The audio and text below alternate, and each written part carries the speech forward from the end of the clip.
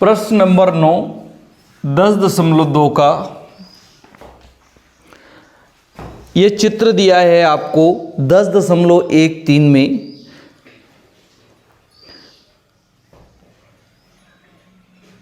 ये कह रहा है कि x प्राइम y केंद्र O केंद्र वाले किसी वृत्त पर दो समांतर स्पर्श रेखाएं हैं। तो दो समांतर स्पर्श रेखाएं हमने खींची है ना। बिंदु C पर स्पर्श रेखा AB x y a तथा x प्राइम y प्राइम को B पर प्रतिच्छेद करती है। देखो x प्राइम y प्राइम है जिसको कहाँ करती है, B पर प्रतिच्छेद करती है, और x और y को कहाँ करती है प्रतिच्छेद, A पर प्रतिच्छेद करती है ना। सिद्ध कीजिए कि कोण AOB बराबर 90 डिग्री है। अब ये बताना है आपको कि AOB 90 डिग्री है। कितना है, AOB 90 डिग्री है। अब चित्र के अनुसार देखो आप, चित्र अनुसार अब चित्र में आपको क्या दिख रहा है कि त्रिभुज APO, देखो त्रिभुज APO दिख रहा है, APO नहीं दिख रहा है, APO त्रिभुज APO। अगला क्या हो जाएगा, तथा ACO, देखो अगला ACO, एक लाइन यहां से मिला देते हैं हम, O से C को मिलाया, क्या किया, O से C को मिलाया है ना, O से C को मिलाया। तो अगला त्रिभुज क्या हो जाएगा, ACO तथा ACO है ना, ACO।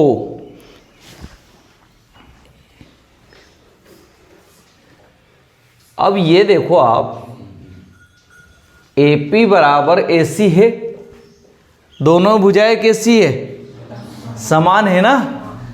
क्यों समान है, कल एक प्रमेय पढ़ी थी हमने कि बाहरी बिंदु से स्पर्श रेखाओं की लंबाइयां बराबर होती है वृत्त पर। तो ये वृत्त है, ये बाहरी बिंदु है, बाहरी बिंदु से दो स्पर्श रेखाएं वृत्त पर, तो उनकी भुजाएं क्या है, बराबर है, लंबाइयां समान हैं। तो हम लिख सकते हैं कि नहीं लिख सकते, क्या लिख सकते हैं उसको, AP बराबर AC लिख सकते हैं। तो क्यों लिख सकते हैं, इसका कारण भी देना पड़ेगा, क्योंकि वृत्त के किसी बाहरी बिंदु से, क्योंकि वृत्त के किसी बाहरी बिंदु से खींची गई स्पर्श रेखाएं बराबर होती है। क्या होती हैं, रेखाएं बराबर होती हैं, है ना। क्यों लिखा हमने AP बराबर AC, कि ये बाहरी बिंदु है, बाहरी बिंदु से खींची गई स्पर्श रेखाएं बराबर होती है। तो AP और AC क्या है, बराबर हैं।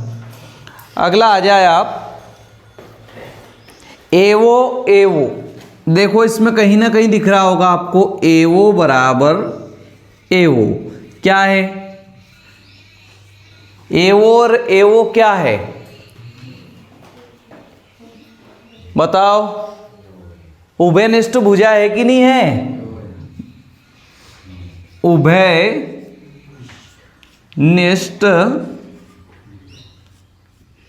भुजा। अच्छा, उभयनिष्ठ भुजा किसे कहते हैं, तो ये देखो हमने दो वृत्त अभी माने, त्रिभुज माने, क्या त्रिभुज माना है कि APO, तो देखो APO, ठीक। दूसरा माना था हमने ACO, यही माना है ACO, जिनके जो मध्य बिंदु कौन है AO है ना, इसका भी है और इस त्रिभुज का भी है, एक ही है कि नहीं, दोनों भुजाओं में है। तो ये AO क्या उभयनिष्ठ भुजा है, दोनों में है कि नहीं, दोनों में। अब देखो OP बराबर OC,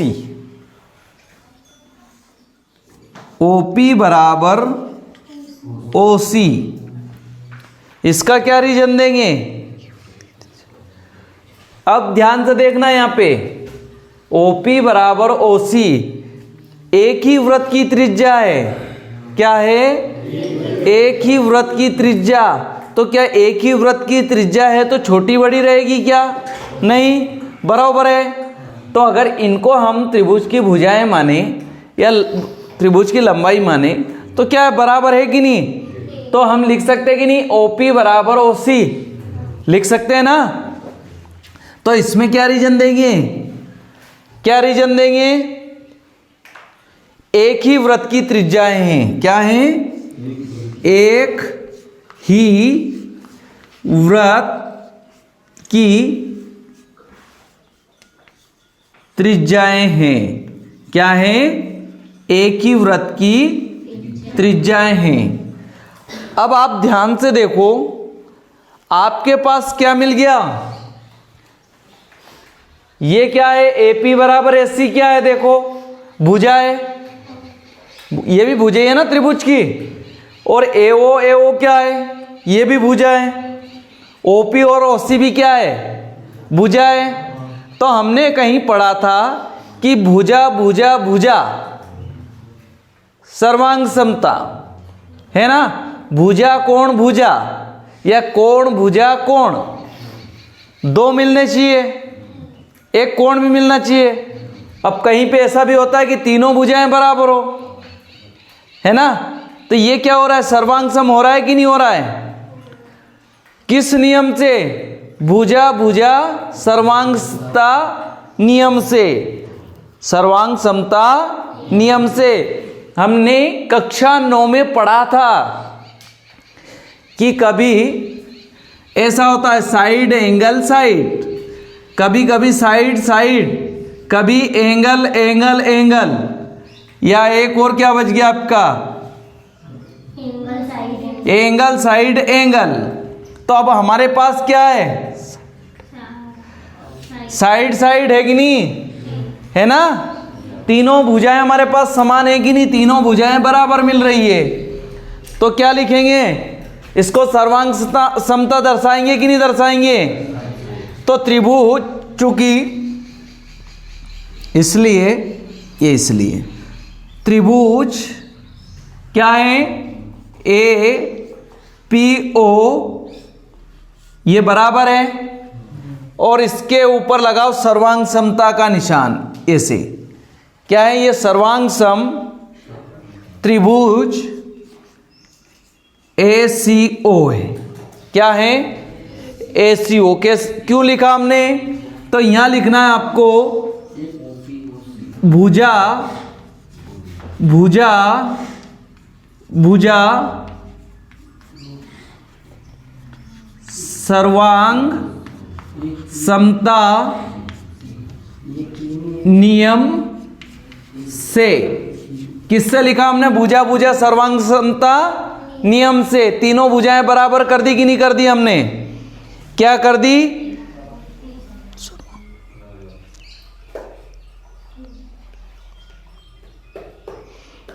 अब आ जाओ आप कोण PAO, अब आ जाओ कोण PAO, कहां दिख रहा है आपको, कोण PAO, ये कोण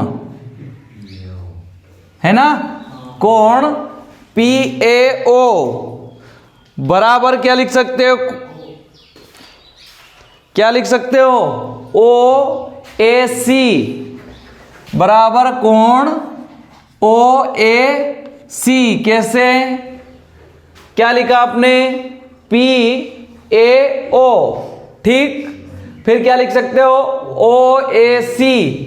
ये दो बराबर भागों में बटा कि नहीं बटा, यहां से और यहां से, है ना। तो ये क्या है, दोनों बराबर है कि नहीं। ये कोई कोण होगा जिसको दो बराबर भागों में बांटा है, इसने क्या किया, दो बराबर भागों में। तो हमने क्या लिखा, पी ए ओ ए सी, दोनों क्या हैं, बराबर हैं। अब अगर दोनों बराबर हैं तो इसे क्यों लिखेंगे बताओ, ये लिखेंगे हम सीपीसीटी द्वारा, सीपीसीटी, सर्वांग सम त्रिभुजों की संगत भुजाओं के आधार पर। किसके आधार पर लिखा हमने ये, सर्वांग सम त्रिभुजों की संगत भुजाओं के आधार पर। किसके आधार पे, सर्वांग सम त्रिभुजों की संगत भुजाओं के आधार पर। क्योंकि ये भी सर्वांग सम क्या सिद्ध किया था, इधर देख, एपीओ सर्वांग सम ये भी, और दोनों की भुजा क्या है, समान है। अब जब उभयनिष्ठ भुजा है तो दोनों को बराबर भागों में काटेगी कि नहीं काटेगी, काटेगी ना। अब अगर ये और ये मिला लें तो बराबर हो जाएगा।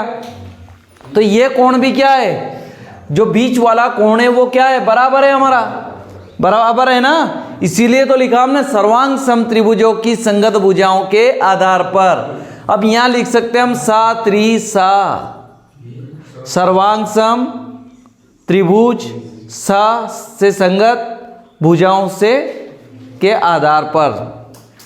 तो हम इसे ऐसे भी लिखते हैं, सर्वांग सम सा त्रि सा, मतलब सर्वांग सम त्रिभुजों की संगत भुजाओं के आधार पर। ये अब इसको लिखा हमने सीपीसीटी। अब या तो सीपीसीटी लिख दो आप, या सा त्रि सा आ लिख दो, या पूरी डेफिनेशन लिखो फिर, सर्वांग सम त्रिभुजों की संगत भुजाओं के आधार पर। आपने 9वीं में पढ़ा है, अगर नहीं पढ़ा है तो ये आपकी सबसे बड़ी गलती है। अब आ जाओ आप कोण पी ए, देखो इसमें क्या दिख रहा है आपको, कोण पी ए सी, कोण पी ए सी कहां दिख रहा है, पी ए सी, कोण पी ए सी पूरा का पूरा त्रिभुज, इसमें दो त्रिभुज है, पी ए सी बराबर किससे मिल रहा है, बन रहा है बताओ। अब ये दो त्रिभुजों से मिलकर बना है, तो कोण एपीओ, कोण एपीओ देखो प्लस मिल रहा है, क्या मिल रहा है, एपीओ, दूसरा क्या हो जाएगा, अगला हो जाएगा कोण ओएसी, हो सकता है। क्या लिया अभी हमने, एपीओ, फिर यहां से ले लो ओएसी, बनेगा कि नहीं बनेगा, कोण एओसी दिख रहा है। तो इससे हमें सिद्ध क्या होगा बताओ कोई,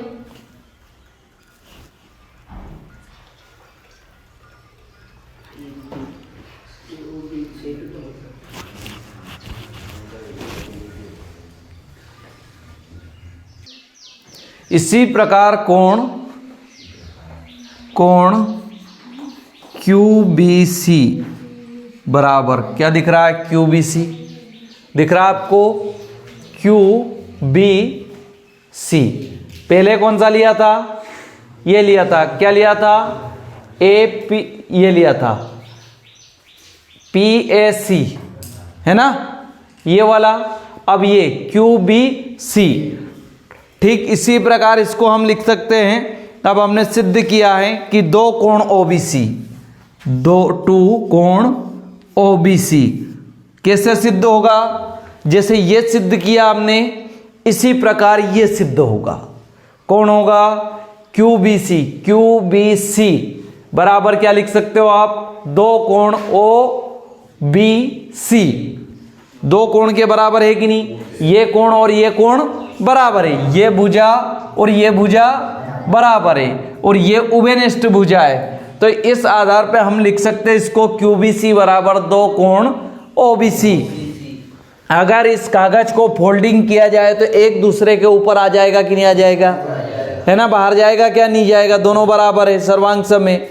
इसीलिए हमने इसी प्रकार इसको यहाँ तक, या अगर आपको सिद्ध करना है तो यहीं से ऐसे जैसे इसको सिद्ध किया हमने ऐसे इसको करना पड़ेगा, ये एक ही लाइन में लिखा हमने इसी प्रकार, है ना। अब आप सीख चुके हो, आप जान चुके हो कि हमने एक सिद्ध कर दिया, कौन सा, PAC सिद्ध किया। PAC बराबर क्या है हमारा, टू कोण OAC, है ना। फिर हमें सिद्ध करना था QBC, कौन सा, QBC बराबर हम लिख सकते हैं दो कोण, क्या लिख सकते हैं, OBC, दो कोण OBC। इस पर उलट दिया जाओ तो एक दूसरे के ऊपर आ जाएगा, है ना। फिर आ जाओ लेकिन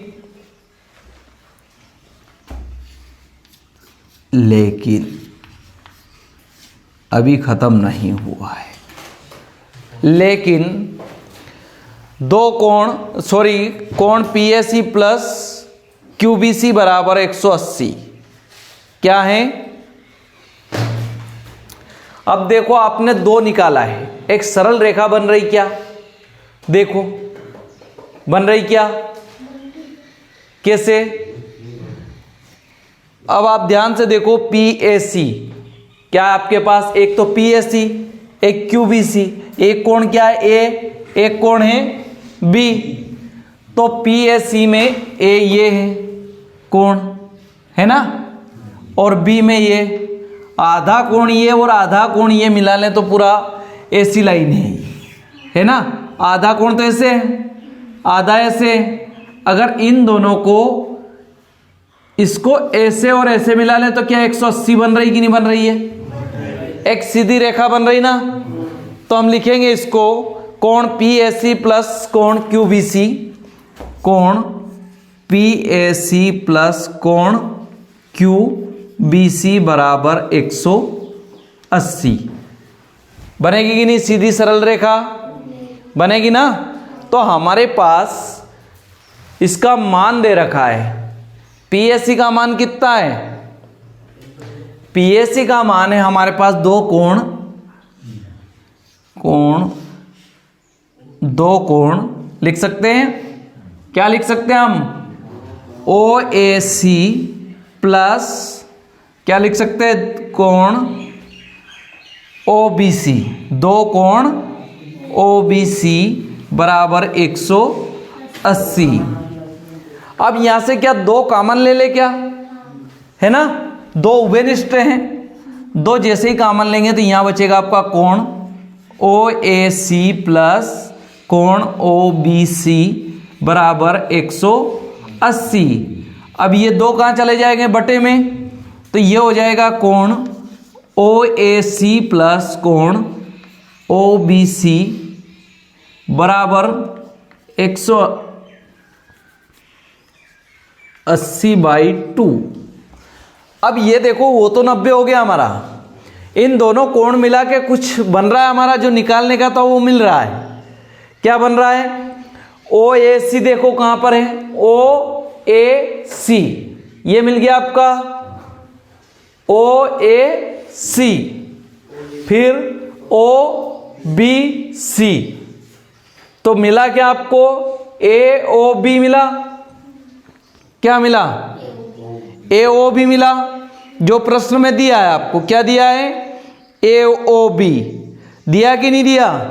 तो यहां से देखो आप, तो कोण OAC प्लस कोण OBC बराबर 90, समीकरण नंबर 1, समीकरण नंबर 1। अब यहां हमें जगह ढूंढनी पड़ेगी, यहां तक यहां तक हो गया आपका, है ना, यहां तक आया समझ में आपको, ठीक है। अब यहां से देखना, इतनी सी जगह में हम काम चला लेंगे, है ना।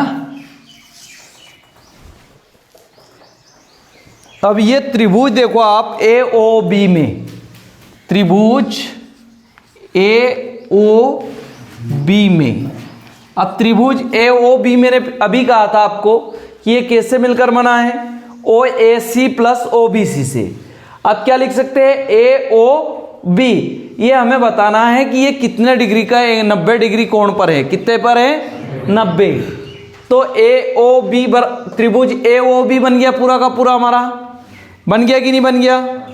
तो अब ए ओ बी 3 कोण है, इसमें कितने कोण है, 3। कैसे, ए ओ बी तीनों के मान रख लेंगे, तीनों बराबर क्या हो जाएगा, 180 हो जाएगा कि नहीं हो जाएगा। तो लिखो कोण ओ ए सी, कोण ओ ए सी, ये कौन आ गया, ए, क्या आया, कोण ओ ए सी। अगला कोण क्या बनेगा आपका, बताओ, कोण ओ बी सी, क्या बनेगा, ओ बी सी, कोण ओ बी सी प्लस अगला कोण, त्रिभुज में 3 कोण होते हैं, कोण ए ओ बी, क्या बनेगा, ए ओ बी बनेगा ना। अब कौन निकलेगा इससे, अच्छा देखो यहां से कोण ए निकाल लिया कि नहीं हमने, फिर बी निकाल लिया, कौन निकाल लिया, बी। अब बचा कौन, ओ, तो क्या लिखेंगे, ओ, कोण ए ओ बी बराबर त्रिभुज के तीनों कोणों का योग होता है 180 डिग्री। कितना होता है। अब कहीं ना कहीं देखो आप, समीकरण 1 में क्या दे रखा है, ओ ए C plus O B C का मान कितना है, यहां से यहां तक कितना है, 90। तो हम लिख सकते हैं कि नहीं, समीकरण 1 से निकाल लिया ना अभी हमने मान, ओ ए सी प्लस कोण ओ बी सी बराबर 90। तो हम यहां लिख देंगे समीकरण 1 से, किससे, 1 से। तो ये हो जाएगा 90 प्लस कोण ए ओ बी बराबर 180। तो कोण ए ओ बी बराबर 180 माइनस 90। तो कोण ए ओ बी बराबर कितना आया, 90 डिग्री। यही हमें सिद्ध करना था। क्या करना था, सिद्ध करना था। अब किसी प्रकार की दिक्कत हो तो कमेंट कर सकते हो।